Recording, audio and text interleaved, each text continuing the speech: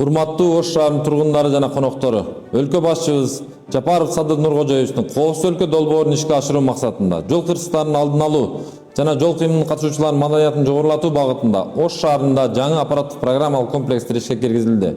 Буга чейин шаар аймагында 44 аппараттык программалык комплекс иштеп келген болсо, азыр аларга кошумча дагы 70 заманбап камералар орнотулуп, толук пайдаланууга берилди. Программалык комплекстер жол кыймылынын эрежелеринин төмөнкү бузууларын автоматтык түрдө аныктайт. Токтоого мүмкүн эмес болгон жерге токтотулган автоунааларга, коопсуздук курганбаган айдоочуларга жана жүргүнчүлөргө, белгиленген ылдамдыкты ашырып айдаганга, ошондой эле каршы тилкеге чыгып, озуп өтүп жана жол чийимдеринин талаптарын сактабаган фактыларды аныктап, айыппулдар салынат. Белгилей кетсек, коопсуз шаар долбоорунун экинчи этабы ушул жылдын январь айынан башынан бери тесттик режимде иштеп келген. Бул аралыкта жол эрежесин бузуу фактылары фото жана видео катталып, айыппул салынган эмес.